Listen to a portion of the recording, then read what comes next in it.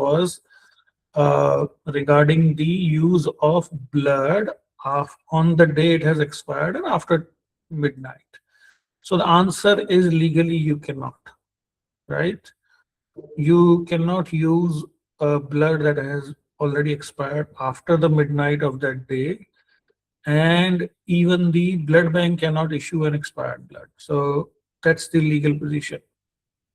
Now then, another thing that was added was that if it is a very remote, you know, location and the blood is like precious and you don't have anything else, can it be transfused or not? So legally, again, it is not.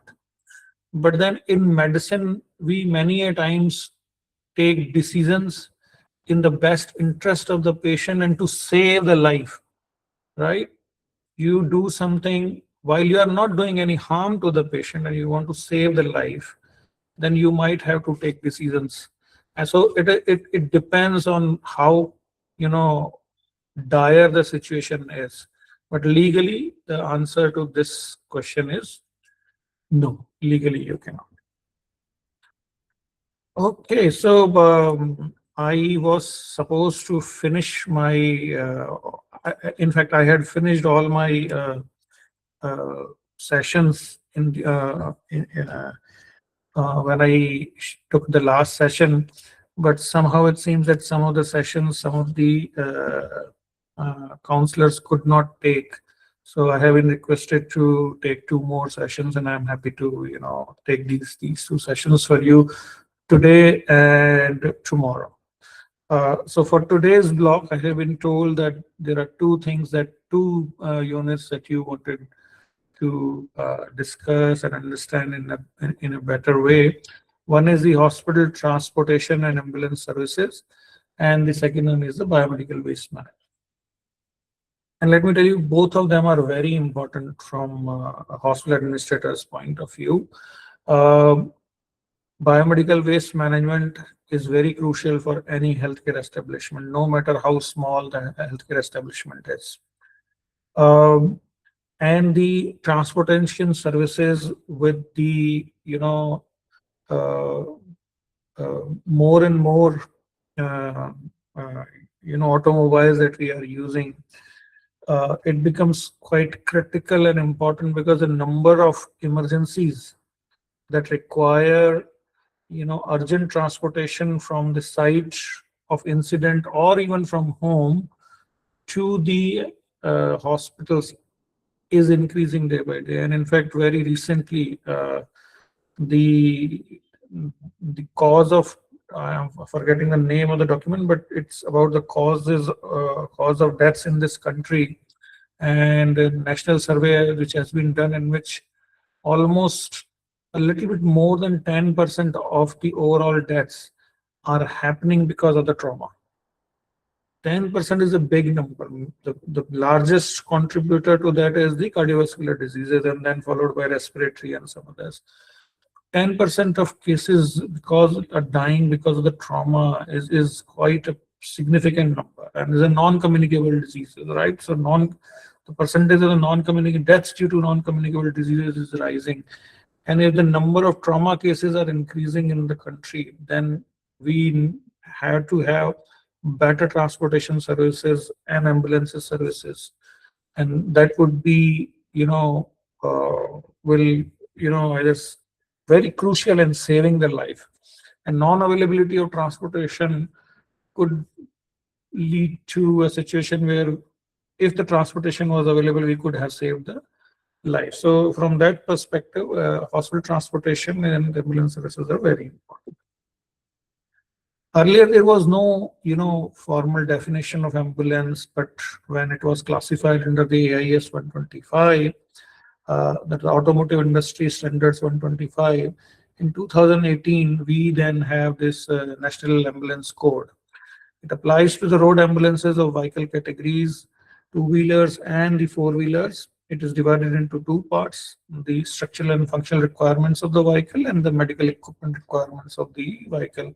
And both these are given in very detail, including the both equipments as well as the consumables that are required in different types of vehicles in the IGNOU booklet, in the manual, and I'll cover a little bit of it because it's an exhaustive list, so everything cannot be covered in the presentation, but I would highly recommend you to seriously go through that and see what all these things are required, and practically try to do it in your hospital, in the ambulances that you have, whether it is a BLS ambulance or an ALS ambulance.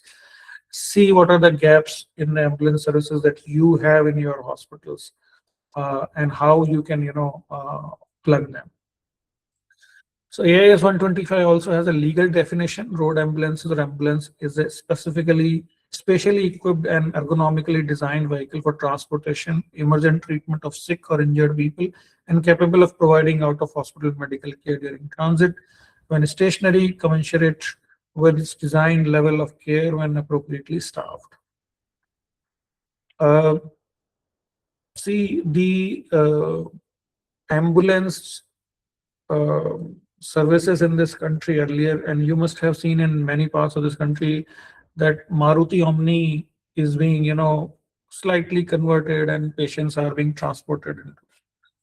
Now, I can understand that in a country where earlier there was no ambulance code in this, people were whatever, I have even seen Chevrolet Tavera converted into a old Chevrolet Tavera converted into an ambulance, which is legally not correct.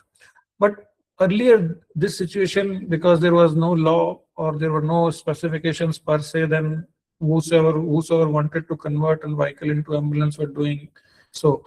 But now in last 9-10 years, when we have this ambulance code, we should strive to have better ambulances for transportation, and a lot of work has been done on in this regard that I'll share also.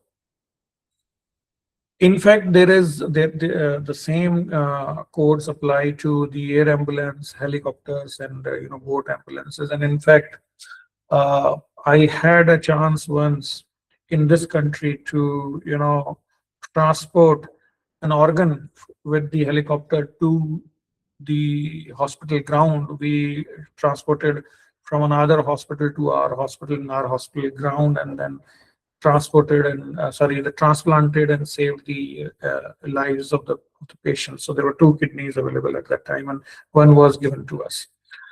I have been to I was fortunate enough to work in a hospital which had a helicopter landing area on top of its building in United States, and I have seen so many patients being transported very efficiently in the helicopter immediately, because the services, EMS services, were very good, and the ambulances were also very good.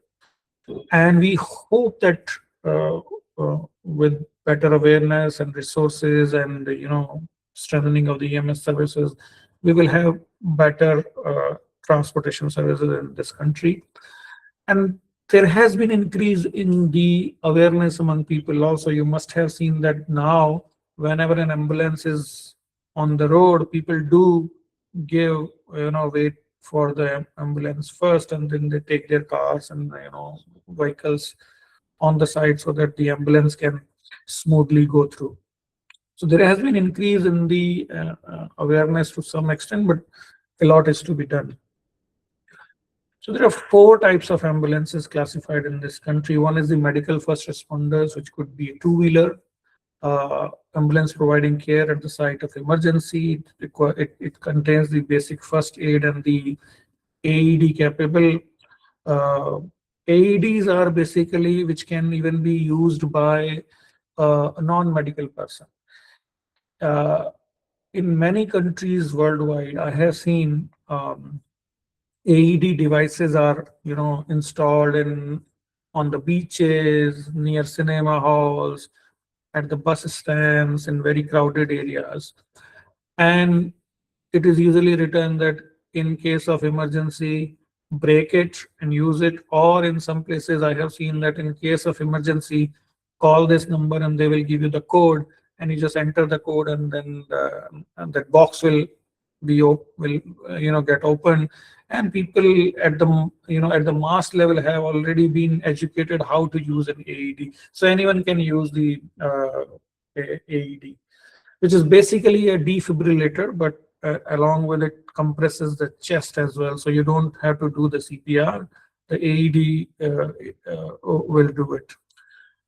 So that is one type of ambulance. Another one is the patient transport vehicle. It's basically designed to transport for non-emergency patients, elective diagnostic patients, basic nursing care equipments are available in this. The third type is the BLS, which is the most common one, ambulance normally we see.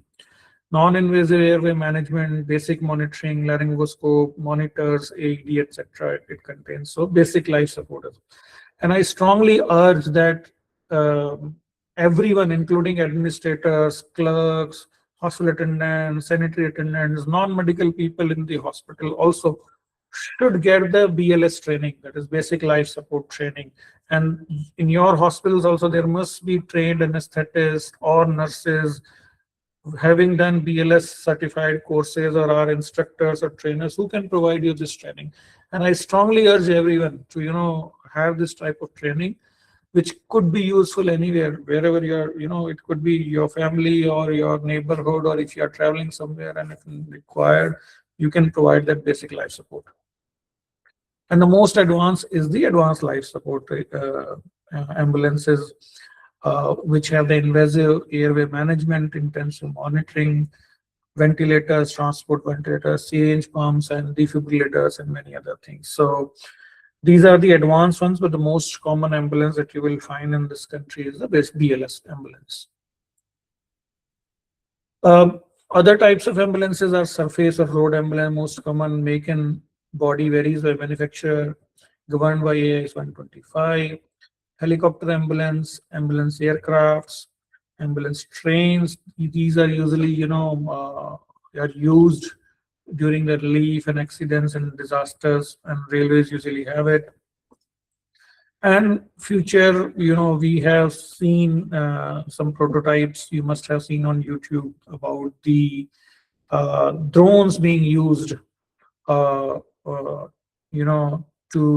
reach to the site, and then just because there are hard to reach areas, and you are just providing the material there, so that someone there can actually do the first aid. So that type of technologies are also GPS, RFID technologies, real-time navigation data, and these are very common nowadays in the developed world. So I would not go into the details of everything, all the specifications, but I have charted down some of the important ones that we should be aware of. The color, outer color, usually is you would find the ambulances are brilliant white color and with something written in yellow and red. So they are, red color is used because it is easily visible during, its wavelength is so that it can be seen from the afar as well.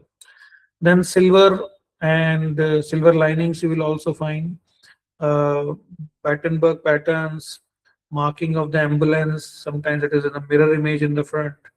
Star of the life symbol, emergency number symbol, could be the symbol of the hospital or the healthcare system to which it belongs, or the EMS services. And their hooters are usually very loud, right? So those hooters are, and then in some parts of the world there are these red illuminating lights, which are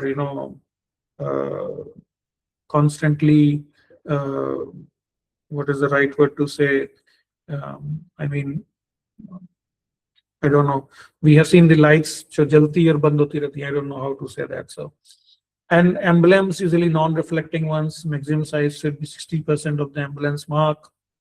Ambulance calling numbers are usually written nowadays. You must have seen 112 is written on the ambulances. Earlier it used to be 108. Warning lights, sirens, requirements standardized for all categories, and the patient compartments 40 plus 15 centimeter clear aisle walkway, non-permeable interior lining resistant to the disinfectants. So for type A, that is usually the two-wheelers, these are some of the 17 equipments are there. In addition to that, they will also have the consumables. I was recently in a conference where I saw a very good, uh, uh, um, small bicycle along with, two boxes on both the sides, and so beautifully designed and packed. It was carrying too many items in this. And I don't know, you must have heard about the Bhisham cubes also. And if you have not heard about it, you can search Bhisham cubes. These are not ambulances, but these cubes have been developed by the government of India in association with Indian Army and the Defense Services, which could be easily deployed during the disasters or emergencies or wartime at the at anywhere in the battlefield, or somewhere a disaster site, or at a front line of a war. So um, these are also 17 equipments which these two-wheelers can carry. Then is the patient transport vehicles. These are 17 types of equipment. In addition to it, the consumables, both the consumables and the drugs as well. What are the common things? Common thing is like it will have a stretcher, right? It will have a BP instrument, a stethoscope, splint, cervical collar, first aid box, pulse oximeter, suction pump, and bag and mask ventilation devices. Stabilizing to stabilize, splint boards, etc. You would require, and there may be more than one also, depending on if you have the space. So this is the BLS. So it will have suction pumps, foot operated suction pump, portable electric suction pump, hand operated, laryngoscope, flow meter with humidifier, bottle, oxygen cylinder, D-type, bag and mask ventilation device, bag and mask ventilation device for both adult as well as the children and the neonates. Trolley stretcher with the black tilt facility and collapsible wheels, stretcher scoop, BP instrument, aneroid. In any case, nowadays, mercury BP instruments are, or in any case, we don't use. So they are mostly either aneroid or electric. Stethoscope, pneumatic splint, cervical collar, first aid box, spinal board, double head immobilizers. You must have seen the portable handheld glucometers, nebulizer electric, automated external defibrillator, AED that I was mentioning, monitor, intravenous cut down set, suture kit, pulse oximeter, supraglottic devices, LAM of different sizes that are required for adult as well as the pediatric and neonatal sizes.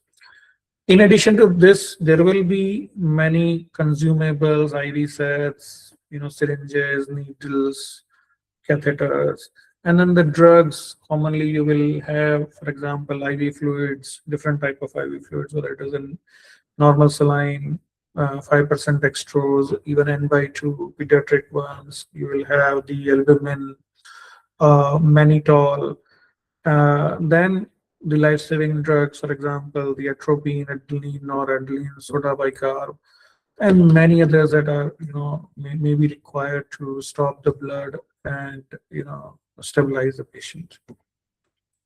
The last one is the advanced life support. So it has many things that are there in the basic life support, but important thing is that it contains ventilators also. So it has the ventilators, the more advanced monitors.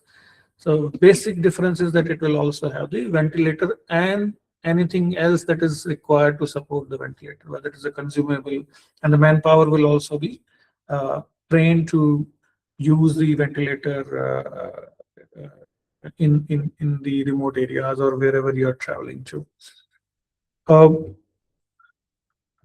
The care that we provide usually is divided into three. We call it the pre-hospital care, the hospital care, and the post-hospital care, which is the home care. So ambulances play a major role in pre-hospital care. And this pre-hospital care many times decides the outcome which is going to be there. And for that, we use the word was golden hour. So anything, if it has happened in that, if we are able to provide the required care and transportation within that first hour of that incident, then the chances of survival from various incidents significantly increases. And it has been uh, proved time and again in different, whether it is a stroke, if it is an accident, or it is a myocardial infarction. In fact, this concept of golden hour was actually given by the University of Maryland Medical Center in the Baltimore. And there is a shock trauma center, which is called STC. And fortunately, I was fortunate enough to did my internship from the shock trauma center of the University of Maryland Medical Center. Uh, so this just tells you the difference in number of equipments in different types of ambulances. A has 17, B has 18, C has 24, and the D has 29. Infection control in ambulances is important because you will be, sometimes be carrying the infected patients also, right? Who are suffering from different types of infections. Those infections could be respiratory infections and, transmissible from human to human, or may not be transmissible. Still, they are infections. So it is important that if an infective patient has been transported in an ambulance, proper disinfection of the ambulance is being done.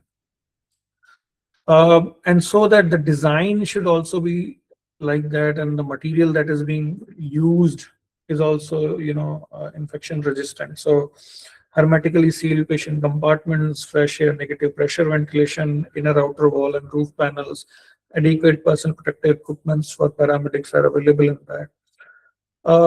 Non-permeable lining resistant to disinfectants, no sharp exposures should be there. Main cause of infection in ambulatory care is spillage of blood, accidental exposure, equipment disinfection is not being done, or if done, it has failed, or if you are trying to do something in the moving vehicle, either you are using needle or something, and the chances of needle prick also increases. So there should be clear written policies for cleaning and disinfection of ambulances, and equipment must be implemented. An infection prevention program should monitor for the associated infections, covering both day-to-day operations and the emergency plans. Golden hour that I already mentioned, and in that also the platinum 10-minute rule. So it is said that in that 1 hour, 20 minutes may usually the ambulance should arrive, right? And then the next 10 minutes where you are stabilizing the patient are platinum 10 minutes. And in the next 30 minutes, you should be able to transport to the nearest hospital. So that is how that golden hour is, that within 1 hour, you should be able to reach the hospital. EMS is not merely a transport services because it also involves appropriate medical care by trained professionals, transport to the appropriate health facility within a reasonable time to maximize survival chances. If you would also see in this country many a times, which is not the correct practice, and we discourage, at least in our setup, is we don't allow it, is that using the ambulances to transport the dead bodies. That should not be done. For that, there are hearse vans that should be used, right? The care should be holistic, not just addressing the transport. Under the NHM, GUI provides technical and financial support for EMS through the National Ambulance Service. Nowadays, the common number for all type of emergencies is 112. So the response time target is within 20 minutes in urban areas and within 30 minutes in rural or sparsely populated areas. So we should be able to reach the site within this time frame. So there are three components of EMS system. One is the road ambulance. So all types of ambulances that we have, medical equipments, human resources per the category, and performance report. But then for that, ambulance and human resources skill, what is important is that there should be a command center that is uh, working 24 hours and working efficiently also. So centralized, well-equipped command center receives emergency calls and tries requirements, identifies, locates, and dispatches appropriate ambulances. There is GPS tracking plus communication system in each ambulance. And some advanced ambulances, you would find that while they are transporting the patient to the hospital, they are also transmitting the patient's data to the hospital. So the hospital is already prepared and know to some extent what is expected, like what the patient is suffering from, how the hemodynamically the patient is, so they can, appropriately, they are appropriately prepared to respond to those needs of the patient. Staffing pattern of an ambulance, emergency room in charge, emergency medical officer, because ambulances are mainly stationed in emergency. In some institutes, although we are not part of the EMS, but we have our own, ambulances. In our type of setup, you could have a transport department as well, which would not be a very big, but a transport department with its own manpower. So, but if that's not the case, then you usually have the ambulance services under the emergency medical officer. So ambulance service in charge, ambulance technician, driver, housekeeping staff, and the general duty assistant. And these nomenclatures could be different in different setups. So in each ambulance, minimum 2 trained stretcher bearers plus 1 ambulance driver is there. And then in the ALS, you will have the nurses as well, and the doctors depending on the need. So these operate 24/7, 7 days a week, runs in 3 shifts. Doctor accompany the team depending on the nature of the emergency. Trained nurse, critical care medicine trained nurse per ambulance, ideal for emergency care situation. Nursing orderly and stretcher bearer, minimum 4 per ambulance at all times for lifting accident victims. Call response time, ambulance must be ready to move within 2 to 3 minutes of receiving a call. Periodic rehearsals should be done, mock drills should be done. In type D, because ventilators are to be used, an appropriately trained doctor must accompany the patient. Now, how many, what type of an ambulance should be there depends on the population of the ambulance and what type of area it is. In like normal circumstances, for a 25,000 population, type A ambulance is enough. For up to 50,000, type B, up to 1 lakh, type C, that is the BLS, and 5 lakh or above, that you need a D. But if it is a hilly and hard to reach, sparsely populated areas, and the number of population on which these, for which these ambulances are required, is a slightly lower than in normal areas. Medical legal aspect of EMS. You must have heard that nowadays, even if you take someone to a hospital, you would not be asked, like, you would not be responsible. So the objective is that the people respond to emergencies, and they don't think, if I take this patient, will I be questioned on so many issues. If you have some information you want to provide, you can provide, but no one is going to question you just because you have transported it. So the medical treatment after accidents and during emergency mandates emergency medical treatment by hospitals and practitioners. No objection permitted on grounds of medical legal case status. No payment can be demanded as condition for emergency treatment. And as I mentioned in one of my previous class, that if no guardian is available and the patient is not conscious, the healthcare provider can be, guardian in that case, take the permission from the administrator, document it, and do the best in the interest of saving the life of the patient. No one will challenge that in the court, a bona fide decision that you have taken in that emergency situation to save the life. So having a policy is important because, without policies, then you may end up in, difficult situations. So ambulance services should be in the department, usually in the emergency department. Transport manager office in charge for overall coordination, control, maintenance, and the administration. Nodal point for inquiries from doctors, nurses, and patients on ambulance facilities. You might also require ambulances for intramural transportation inside your hospital, keeping in view how big is your hospital.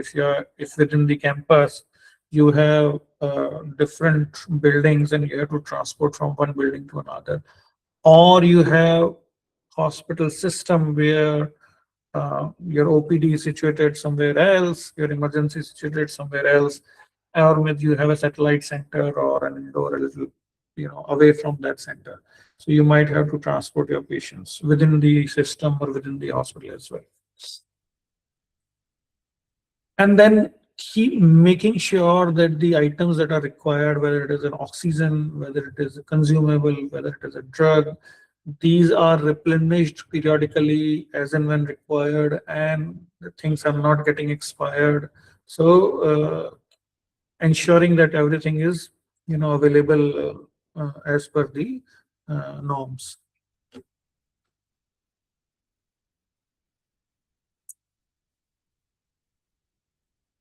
So these are the 10 measures that are written in the booklet for safe patient transfer, that you should have experienced and trained staff, have appropriate equipment, full assessment and investigation has been done, extensive monitoring is being done, you stabilize the patient, reassess, ensure infection control and hygiene, and you continue to provide care while you are transporting, and documentation, audit, and the direct handover of the patient is important. So there are these two approaches for the critical care, and these are to be, and this is all situational. I always say that you just cannot say, okay, this is better than that one. It depends on the situation. In some situations, you might want to just load and go right immediately because your hospital is very nearby. Or in some situations, you have to first stabilize the patient and then you transport the patient. So this is a situational. This is also dependent on how well equipped your ambulance is, how trained your staff is to manage that situation. Sometimes you may be even better suited to first stabilize and then transport, whereas in other condition you just wanted to just load, provide the continuum of care while you're transporting, and make sure that you reach the hospital in time.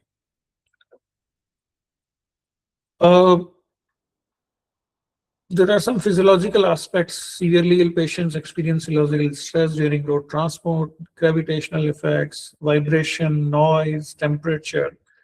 But then these all are to be, taken care with, and these are being taken care with the more and more advanced ambulances that we are, having. The vibration is quite less nowadays. The noise is also quite less. The noise is, even I have seen the ambulances where the noise of siren you cannot hear much inside when you are sitting inside the ambulance. So temperature control is very important.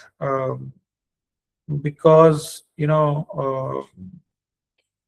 you might be having albumin or some other plasma expanders that you want to administer because maybe the hospital is a little far.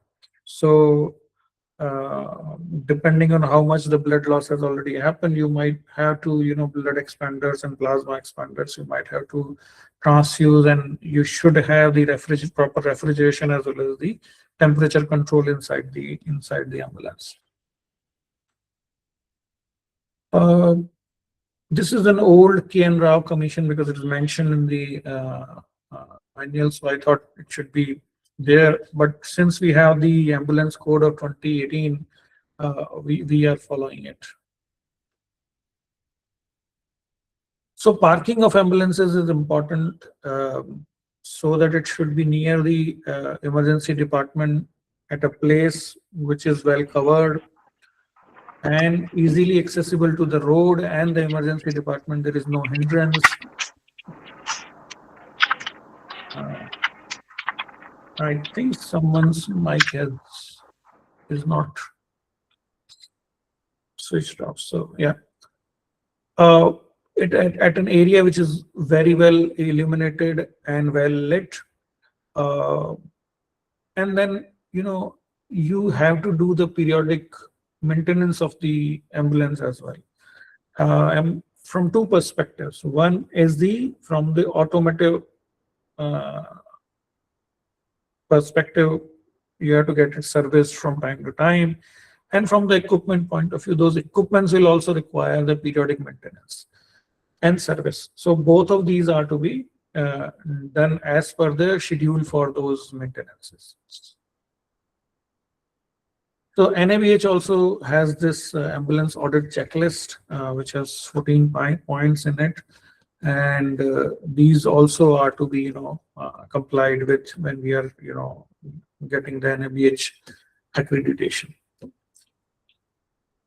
So this was all, but again, I want to emphasize that the ambulance services in the hospital many times are neglected, but are very important. And what we need in this country, keeping in view that we are 1.4 billion, and as I mentioned, the 10% of the total deaths actually are happening because of the trauma. We need to ensure that there is better awareness. There are better, BLS trainings available to at least to the healthcare workers, and we make sure that services, EMS services in the vicinity that we live can be better strengthened, and so we demand for better ambulance services in our areas. So that is all from my side with respect to this unit. Before I start the biomedical waste management unit, if there are any observations, experiences, or if you have any questions, you are welcome to ask. Sir, good evening. Ji, good evening, Colonel Saab. अच्छा sir, you have been in the USA. So Committee on Ambulance Design Criteria in USA has defined ambulance as a emergency patient transport vehicle having two compartments, a driver compartment and a patient compartment, which can accommodate two emergency medical technicians and two lying patients. And out of the two lying patients, one can be provided intensive care or support at the time of transport. This was in fact in my mind, sir, because I have been a trauma surgeon also and reading a lot about the trauma part. And so Okay. far the so uh, and two more things from my side, sir. Like every minute in India, there is a road traffic accident happening. Every minute. And every 4.5 minutes, one patient is dying. That makes it to 13 deaths per hour. And if we take it to annual figure, it becomes 1.2 lakhs. So this is the death happening in India, sir, because of the road traffic accident. So this is the ignominy. Another thing, I being in the army, I have seen one animal transport also, that is called AT, animal transport, and mules are used in the non-approachable areas, in the hills where nothing can go over there, no vehicle, nothing. Oh, So wow. those, yeah, and those are of the can be used in multiple ways, like one for transport of food, rations, and other things. And in the time of emergency, we have got transported some patients also, because I have worked in the border static hospitals of JNK, a place called Tangdhar, which is at the border of with Pakistan. Single surgeon there for 50,000 population. Not only Fauji and their families, but ex-servicemen are there. And in those areas, civilians are also permitted to have treatment because no other facility is available. So I was doing varied type of surgery over there. starting Okay. from the craniotomy to I did 180 cesareans, I am telling you. So some of them, like the villagers, they will carry their patients on the cot. 4 persons, 2 persons front, 2 persons behind, patient lying on the cot and being transported to me. But Fauji had got that opportunity of using this animal transport also, that is mules. So, and there is a mountain veterinary corps which is training these mules, sir. Wow. That's a new information for me. So thank you very much. I wasn't even aware. I mean, different difficult situations Only Fauji demand can tell of. you. And Pavan, if he's here, he can substantiate. Pavan, are you there? Colonel Shukla is there. I don't know whether he's just left or what happened.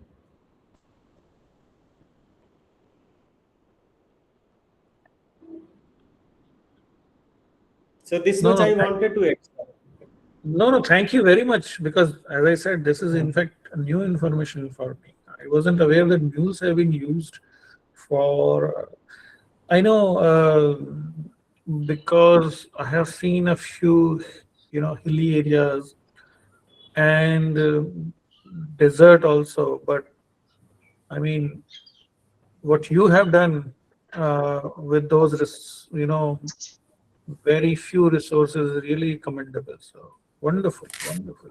Good evening, sir. Ji, Hi, Good evening, Pavan. sir. You can tell Hi, sir. animal transport mules.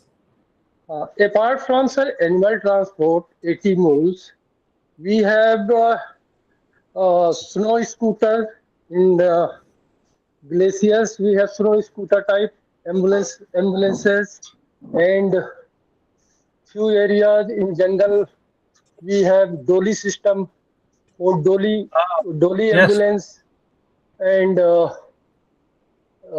we have AAT, armored ambulance tracked.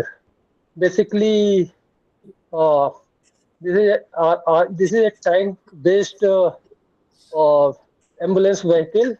We have uh, uh, two line or four sitting capacity of the ambulances, all terrain, all weather type ambulance vehicle. Yeah, that I have We seen are we are long back, yeah, that I saw in Nasirabad cantonment. It's near Ajmer. yeah, yes. Long back, there is That, But a Pavan, where there is hills only.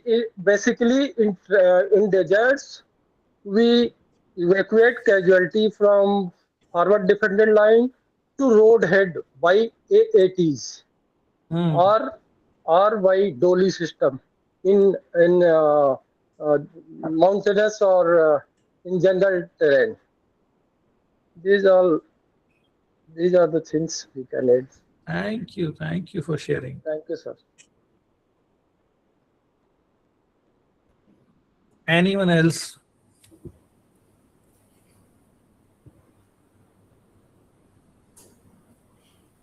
Sir यहाँ पे guideline आप दिखाए थे कि maximum distance travelling 80 kilometre per day, लेकिन कुछ कुछ emergencies में ऐसे होता है कि एम्बुलेंस मोर देन 80 किलोमीटर 120 और 200 नियर अबाउट ट्रैवलिंग करता है, गो एंड बैक 200 प्लस भी होता है। यहाँ पे जो गाइडलाइन आप शेयर किए थे उसमें उसमें लिखा है कि you might require another one if more than, उससे ज्यादा का है तो।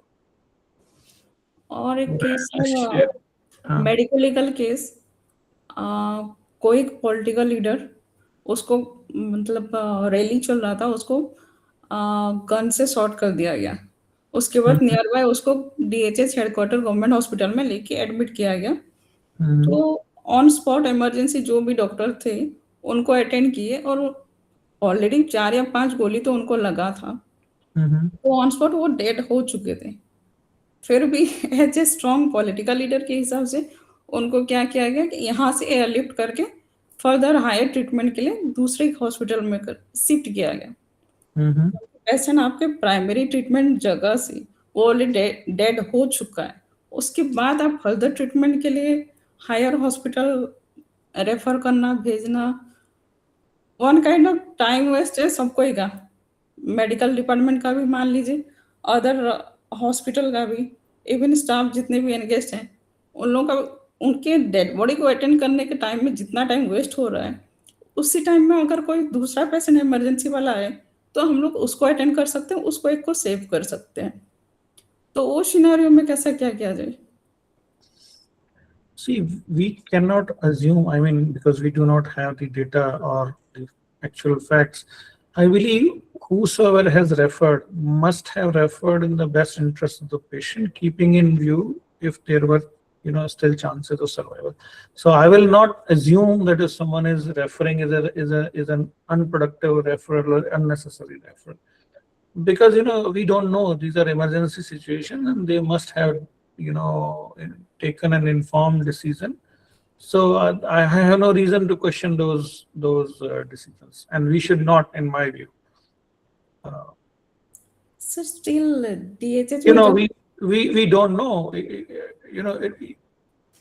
I don't know how much information inner information you have, but usually No, sir. dead patients usually are not referred, and I would say that if the patient was referred, the referring physician and the surgeon must have the appropriate reasons, and I have no reason to doubt their judgment. So I would not do that. Sir बात वो नहीं है, actually ये था कि political leader strong candidate था, on spot ही वो उसको हॉस्पिटल लाते लाते टाइम में ऑलरेडी वो एक्सपायर कर चुका था।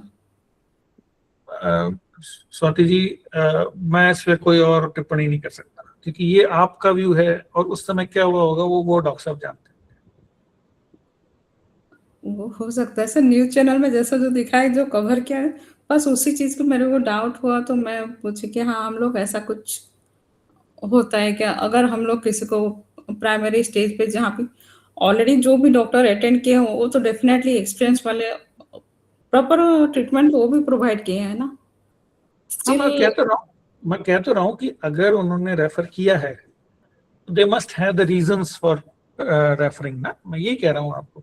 मैं न्यूज़पेपर वालों की बात पे या न्यूज चैनल वालों की बात पे नहीं जा सकते ना आप। अगर डॉक्टर साहब ने डिसीजन लिया है तो there must have been some reason for that.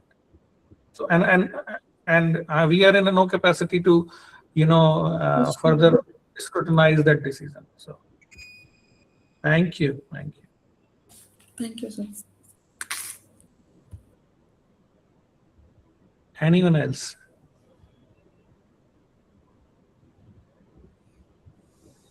Okay, if no other question or comments, then let's discuss the biomedical waste management. And let me tell you, very important, and many a times health administrators find themselves in legal complications if they are not properly well versed with the biomedical waste management rules, and if there are some violations, then आवाज नहीं आ रही है. Is it with everyone that you are not able to hear me? Sir, we are able to hear you clear. Okay. I think Ashok ji, Side. you need to check your Ashok Verma ji, you need to check the volume of your speaker. So let's start with the biomedical waste management. So you are able to see the screen, right? Screen is scrolling. Yes, sir. Yes, sir. Okay. See, we as a hospital generate a lot of waste, and let me tell you, this waste is enormous number of waste that we generate, depending on the size of the hospital. And this waste could lead to different types of pollutions if not properly addressed. And I'm not just talking about the general waste and the biomedical waste. Nowadays, a lot of e-waste that we generate. Just imagine the e-waste that we generate in the hospital. Then the plastic waste we generate, which is not the part of the biomedical waste. The building material waste that while the construction of the hospital we generate, or while maintaining the hospital, a lot of construction materials while upgrading the facilities we generate. So this is one type of a potential pollution. Then a lot of noise pollution because of us, and a lot of air pollution, and then we are energy guzzlers. We are, using so much of energy, and to keep the hospital cool, we utilize a lot of water as well. And then the wastewater that we generate. So in that sense, if you see a hospital from the air pollution point of view, from noise pollution point of view, from the biomedical waste pollution point of view, general waste point of view, e-waste uh, point of view, then radiological waste that we generate, right? Depending on whether or not you have a department which uses some type of radiation, and the construction. So in that sense, there is a lot of responsibility on us that we comply to the acts that are there, especially the Environment Protection Act and the different rules and regulations for different type of waste that's are there. So before Environment Protection Act, there was not that much of a emphasis on that. But with time and with awareness, there are green tribunal, there are pollution control boards. So this is now there is more awareness that, and there is a concept of green building also. Yeah? We want to have the green hospitals where we are using the technologies which reduce our carbon footprint, which reduce our dependency on the non-renewable energy, where we are generating energy renewable way, or the equipment that we are using while they're routine functioning, they are generating some type of energy. For example, I have seen the lifts, when they are lifts go up and down, they are not only using the energy, but they're what they call that wheel actually generating the energy as well. So rainwater conservation is there. Then intelligent building systems that we use. The Internet of Things is there.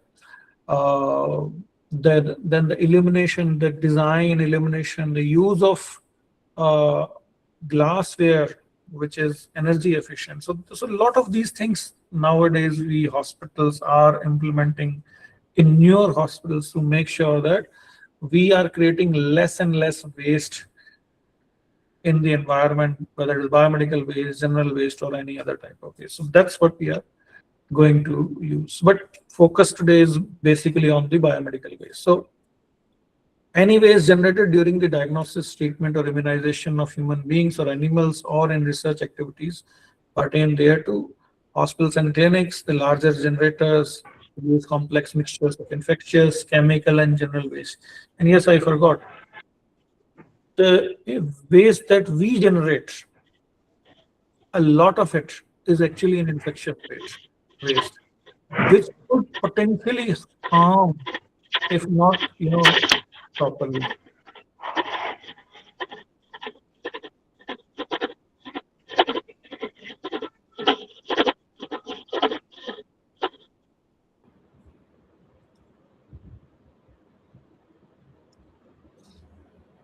Okay, then laboratories and research, veterinary institutions, blood bank and mortuaries, even the small clinics, and now all with the amendments of 2018 and 2019 in the biomedical waste management rules of 2016, irrespective of the bed size, everyone is included in the rules, are covered under the rules.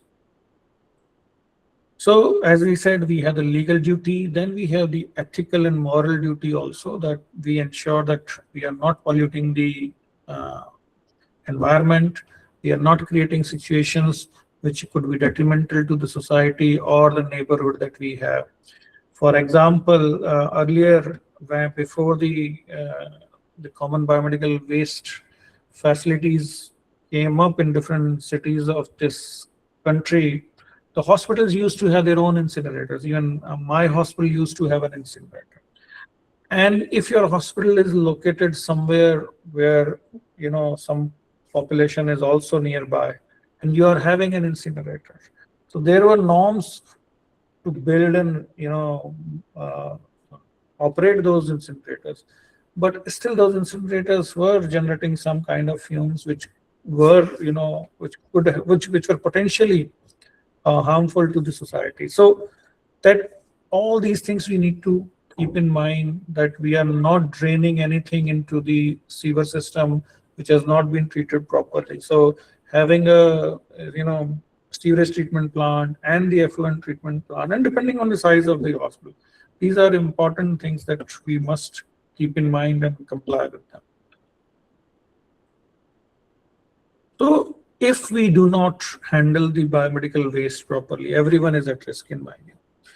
There are internal stakeholders, doctors, nurses, and everyone, patient, the visitors, everyone is at risk if, we do not properly manage the biomedical waste. And then the external public and environment is at the risk.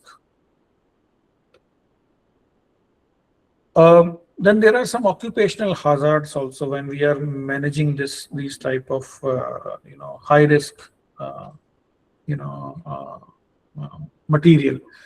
So needle stick injuries are more common than you think, and many times these are not properly reported, and these happen for two reasons.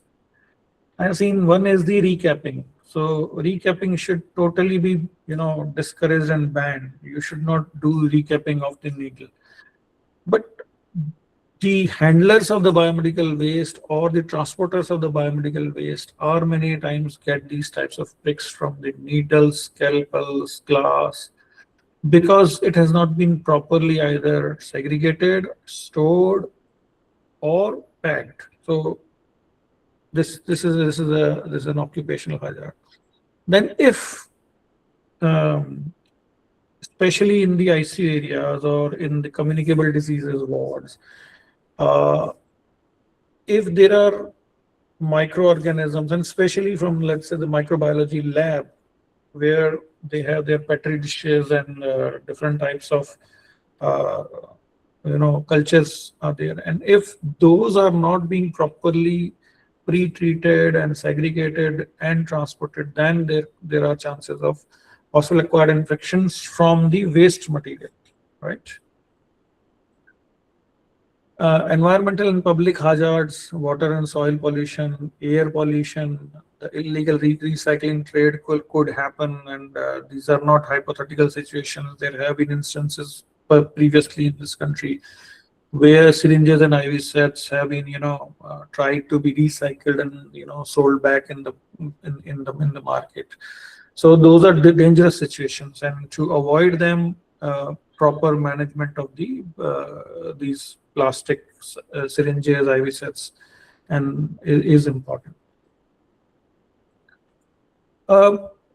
This is a very succinct slide. I would say the hospital waste could be biomedical waste, general waste, or other waste. So biomedical waste is again in 4 types. It has been divided in detail in the subsequent slides.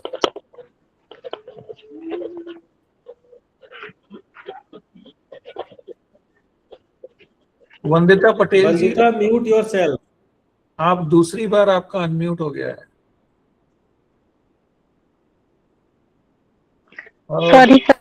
कोई बात नहीं. So there are 4 types, and this is the most important aspect, and I'll discuss this in detail: the yellow, red, white, and blue, and how do we dispose them. What are the various ways that we categorize in these 4 categories. Then there is general waste that we many times divide mainly into dry and wet waste, and this is being done at home also. We are supposed, I can say for my city, we are supposed to segregate household waste into at least 2, the general waste and dry waste, and then there are other categories which they are implementing now. For example, the medicines and the others. So. But a lot of construction and demolition waste we generate in the hospital. That is also in the, for which there is another rule for that. And then a lot of e-waste, then there are batteries and the radioactive waste. For the e-waste, I just want to emphasize here is that e-waste you cannot sold in open market. You can only sold to the authorized resellers, right? Same applies to your vehicles also. If you are a big hospital, you have different types of vehicles. You want to scrap the vehicles, you can only give those vehicles to the authorized vendors who are authorized to take those vehicles. Same is for the e-waste. You can only give it to the authorized reseller. The batteries also you can only give to the authorized reseller. Then there are rules for the radioactive waste management. So 15 to 20%, larger hospitals, because they generate a little higher percentage of biomedical waste or the hazardous waste. So up to 20% of waste in a hospital is a hazardous waste. And now there is a trend in the hospitals where they are having more and more ICU beds. Earlier, the proportion of ICU beds used to be 10%, at the most 15% of the overall bed complement of the hospital. But there is a trend now in the private hospitals where up to 25% of the hospital beds are actually the ICU beds.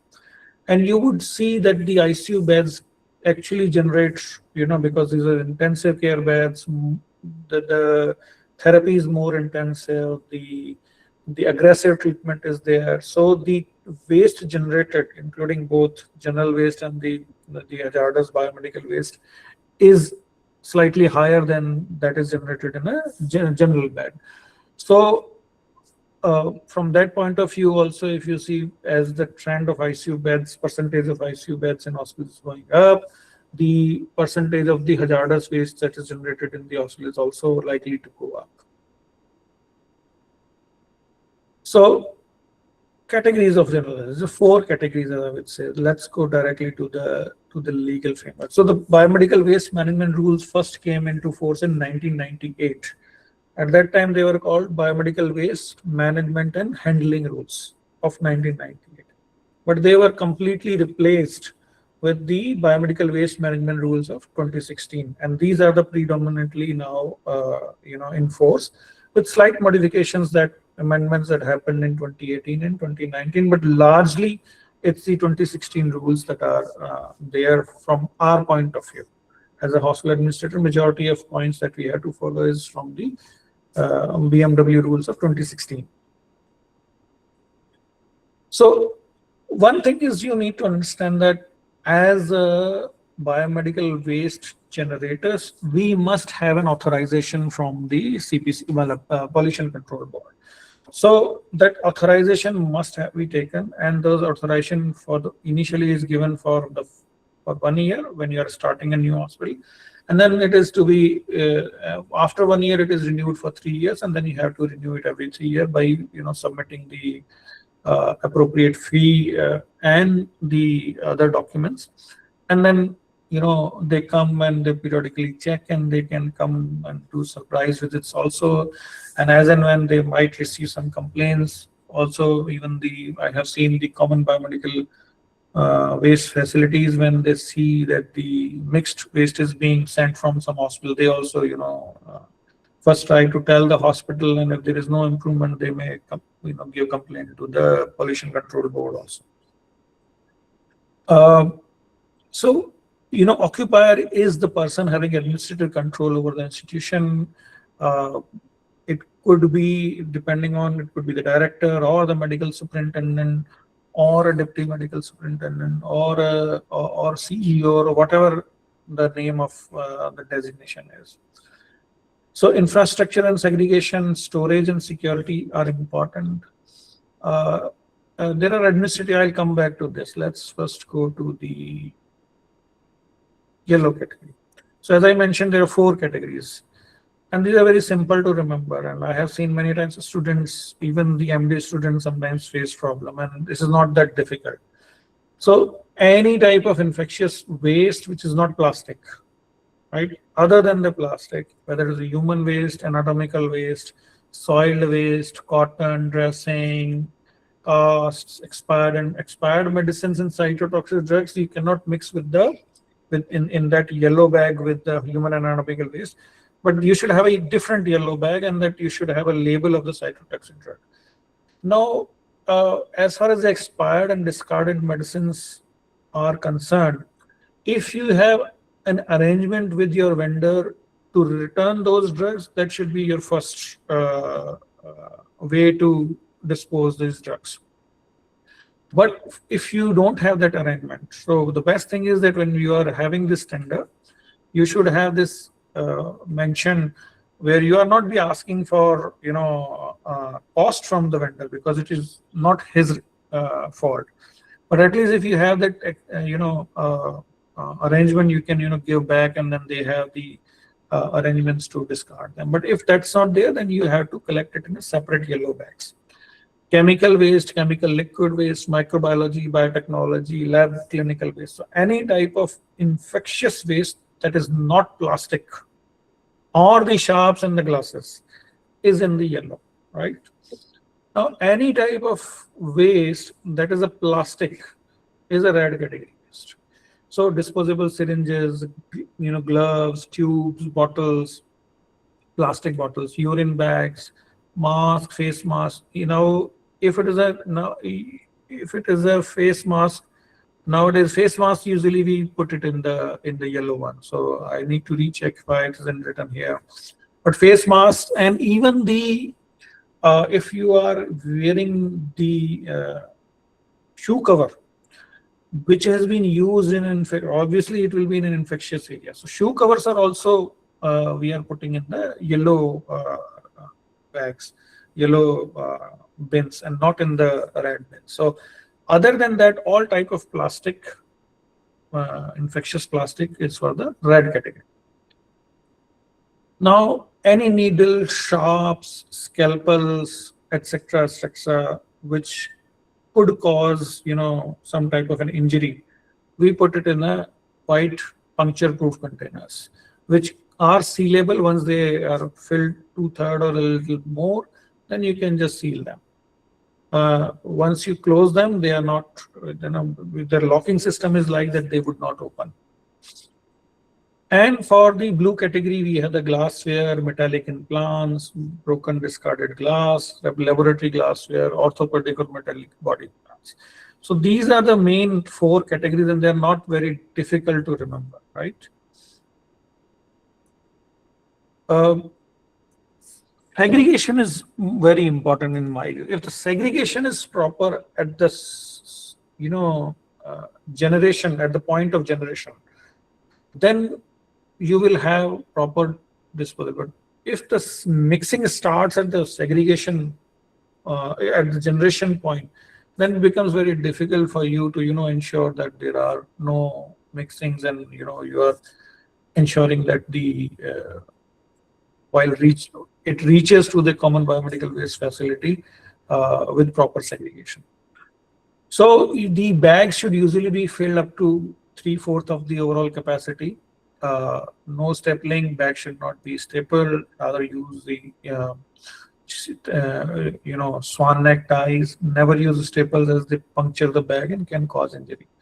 Proper labeling is important. Barcoding is nowadays required, and so barcoding helps you.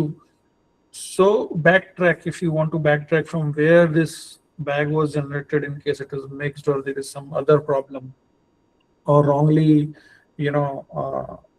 segregated, then you can backtrack and do the corrective, take the corrective measures. No sorting is to be done, right, while you are storing it. Once waste is placed in a bin, it should never be manually removed or sorted into another. The act or the rules allow us to store the waste in our premise only up to maximum up to 48 hours. I mean, it should be transported to if there is a common biomedical waste facility available in your city, to that facility, or whichever the way it has to be disposed of. But you should not store in your storage facility the biomedical waste for more than 48 hours. And a common biomedical waste facility usually is created for every 75 kilometers, right? So every 75 kilometers, there is a common biomedical waste facility. There cannot be another common biomedical waste facility in that area. And it is nowadays mandatory that you join that common biomedical waste facility and give your waste to that. And the pollution control board will not allow you to have your independent incinerator or disposal facility if you want to have in your hospital. So they will not allow, because if there is already a common biomedical waste facility. Transportation is important. Intramurally, waste must be transported through designated routes and in a covered trolley, wheeled covered trolley, and preferably if you are having color-coded trolleys for all the 4 different types of waste, that is even better. Manual carrying of bags should be avoided. Extramural, you have to transport to the common biomedical waste treatment facility in a specialized design, completely enclosed vehicles. Vehicle must display the biohazard symbol and details of the operator. The buckle head between the driver cabin and waste compartment should be there. Now, how these are treated and disposal, and then there might be a pre-treatment required. So yellow, you do the incineration, and you never do the incineration for the red category because it generates hazardous fumes. So common biomedical waste facility will do the incineration, and there are detailed guidelines for specifications for incineration, its operation, and you can find it in the Central Pollution Control Board's website also.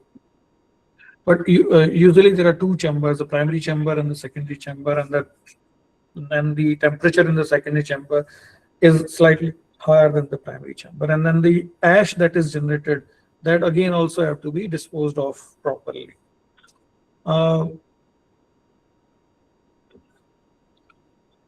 Autoclaving and microwaving, autoclaving you will do for the red category waste that you are not incinerating, and the white category waste also. And if autoclaving is not, microwaving can also be done as an alternate to autoclaving, and there are specifications given for all of these things. Shredding and mutilation might also be required. Now, if you have a common biomedical waste facility, they will take every waste. You don't have to do anything. They will take all types of your waste, and then they will do the disposal as per the rules. Worker safety is important, that they have gum boots, they have proper PPE, they have the proper gloves, the thick gloves that are heavy duty nitrile rubber gloves.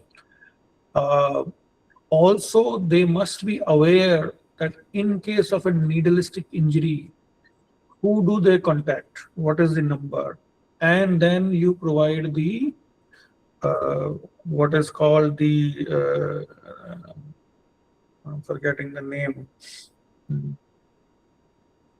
In case of a needleistic injury, then we give them the treatment, prophylactic treatment, that is called, I'm forgetting the name of this treatment. But anyways, so it is important that they know, and proper reporting of the needleistic injury is, and then there are different types of forms that you have to fill under the biomedical waste management rule. There are form 1 to 5, I believe, and then there you have to provide the annual report, and you have to upload your annual report to your you send the monthly report also, and then the annual report, you upload on your website also. So you have to publicly upload the annual report of your hospital. Immunizations with respect to tetanus and hepatitis B must be done for all handlers of the biomedical waste, and I say that every healthcare worker must get vaccinated for hepatitis B, and should every 10 years get the titers done. If titers are good, you don't need a booster dose. But if there is drop in the titers, or if the titers are not protective enough as per the guidelines, then with the advice of the hepatologist or the physician, one should get the booster dose if they advise, and if there are no contraindications to the hepatitis B vaccine. So don't do it on your own. Take the advice of the doctor. Every healthcare worker working in a hospital should get vaccinated to hepatitis B, that I believe. Let's go back to those 2-3 slides, which I said I'll come back.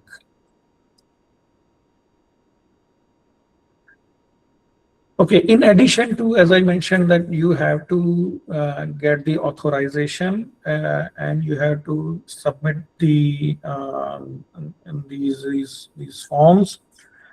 You have to daily weigh and keep the record. How much are you generating every day, right? So that record you have to keep, and you have to do an incident reporting. Any type of incident with respect to biomedical waste, if it happens, you have to report it to the pollution board as well. So responsibilities of the occupier, infrastructure and segregation: must provide requisite color-coded bins and bags. And let me tell you, these bins that we purchase, color-coded, these have to be non-chlorinated waste, not the bins, what we call the bags.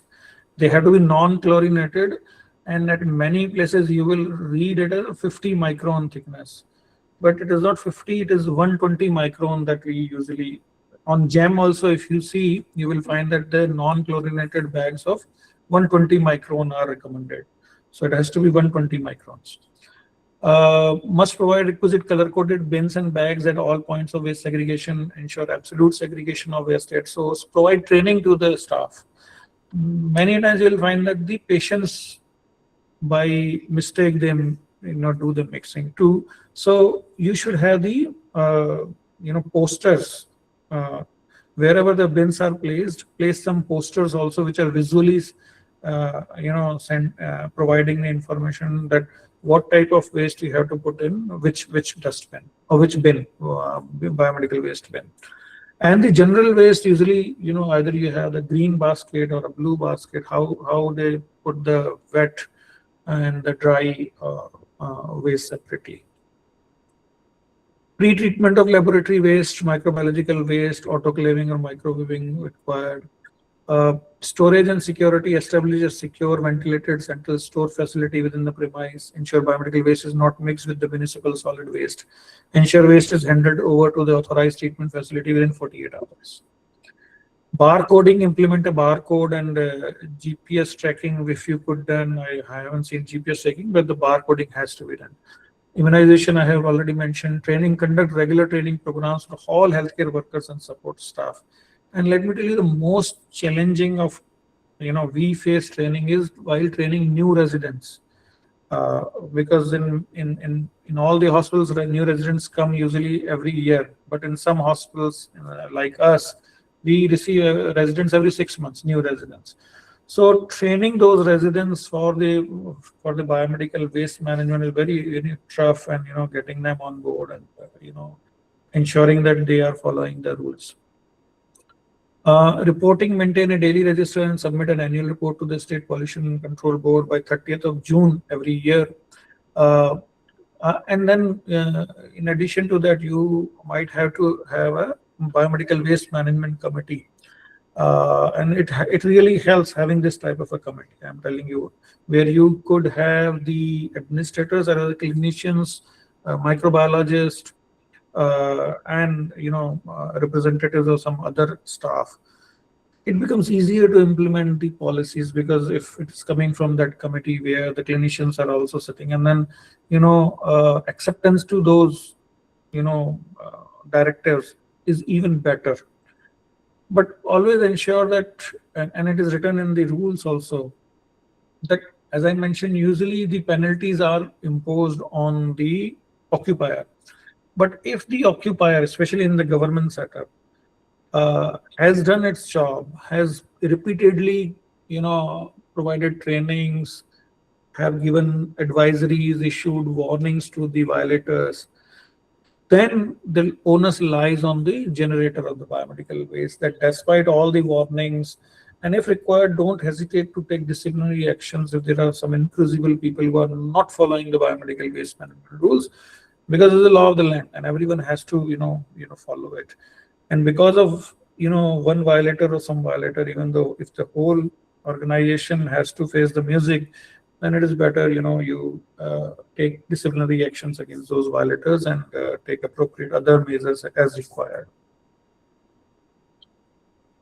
Operators, as I mentioned, must be located within 75-kilometer radius of the healthcare facility itself, responsible for timely collection of the segregated waste from the hospital, transport waste in dedicated leak-proof, labeled and GPS-enabled vehicles, operate authorized treatment equipment, incinerator, autoclave, shredder, strictly adhering to emission and operation standards, dispose of treated ash in secure and authorized landfill, and we pay to the hospitals pay to the common biomedical waste facility the rates that are decided by the state pollution control board, or the whichever, if it is a UT, then UT pollution control board.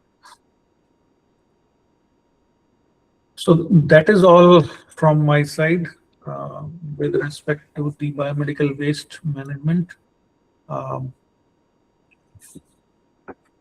Anything that I missed or you have faced, or anything that you want to discuss, ask?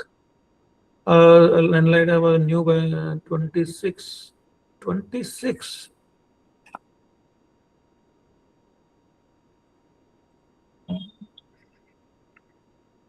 Let me check if I'm missing something. I am not aware if there are any new rules in 26. Okay, solid waste rules are there. Okay. Yeah, these are solid waste management rules too, which have been, yeah, I might have missed it.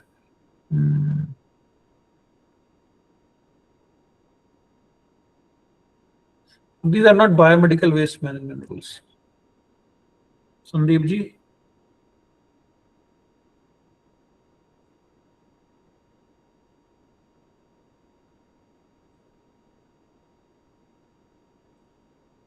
Are you there?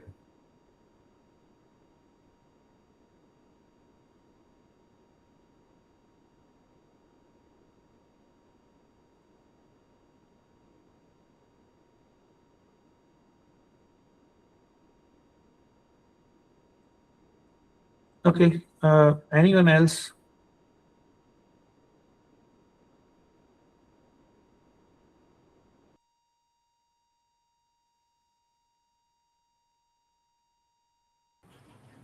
Sir, I have a doubt. Yeah, Uh, yeah, yeah, please. yeah. For the disposal of cultures and the bacterial culture, or it could be blood cultures or urine cultures. So basically, it is collected in glass bottles and the culture plates. So it says that you need to autoclave it and then you need to discard it in the yellow category. But how do we discard it? Because the content of it is blood, but then it is collected in glass bottle, and the glass bottle is supposed to go to the blue bin. No. The microbiology labs that they are there, because they the glass bottle, they in any case they are recycling it. So what they are doing is that they are autoclaving everything, and then the waste that is generated is transferred into the yellow bag. But the glasses are recycled and used. Okay, so whatever the blood is there in that blood culture bottle is poured into the yellow bin, and then the glass is autoclaved and sent. No, it also depends on what type of blood bottles are you using. Okay. So if it is an old style bottles are there, then they can be recycled. But nowadays, if I remember correctly, they are called backpack. They are not being recycled. They are being sent for the incineration. They are safe for incineration. Backpack, I don't believe they are being recycled. So it depends on what type of blood culture bottles you are using. Okay. Yeah. Anyone else?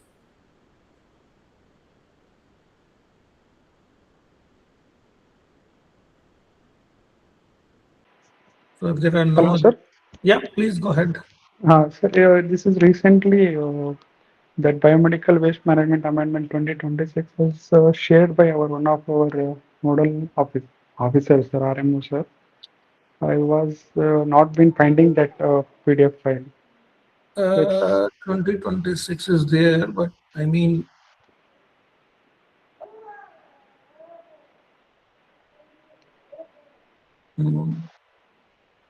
Actually, during NQAS, National Quality Assurance Scheme, we are going through that in our hospital, sir. During that process, he has just shared with us. so there is only one thing that has been changed. I have just now opened. It has been notified on 17th of April.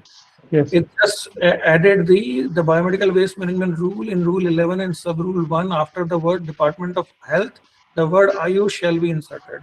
Oh, And in Rule 12 of the said rule in Sub Rule 6 after the word District Health Officer, the word representative as nominated by the state or union territory Department of Ayush shall be inserted. So basically Ayush has been brought under the biomedical waste management rules. There is no other amendment in 2026. okay. I can share you the link. Let me just,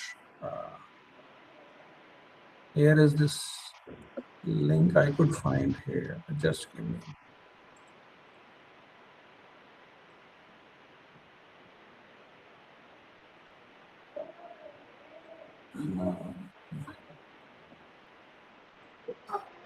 I don't know what website is it, but here I'm sharing it. It's a solid waste management, I think. So.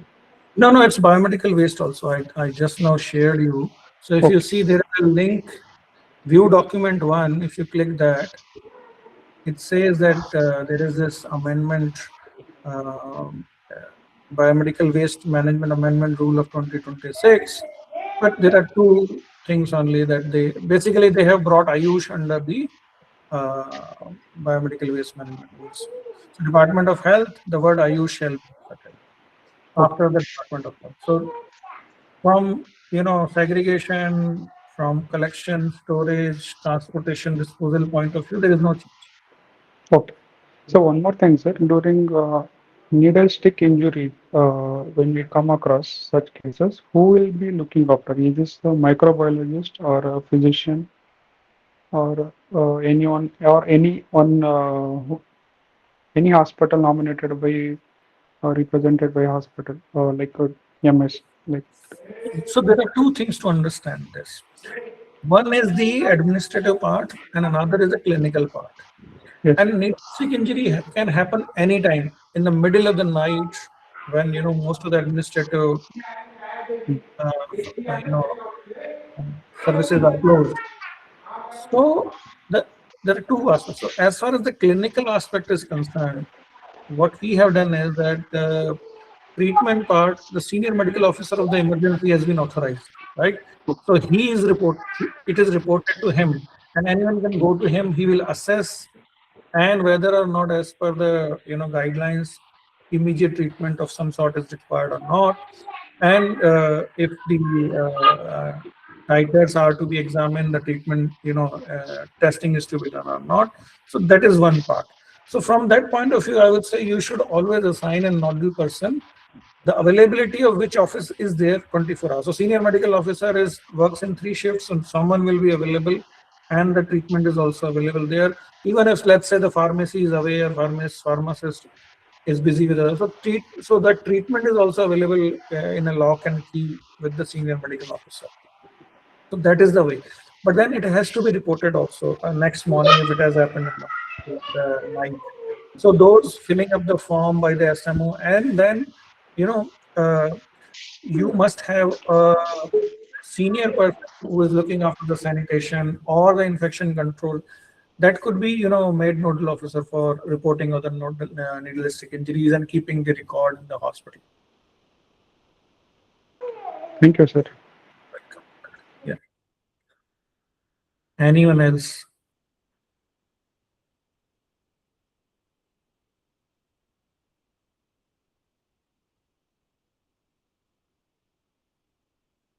So if no other questions, can we close the session?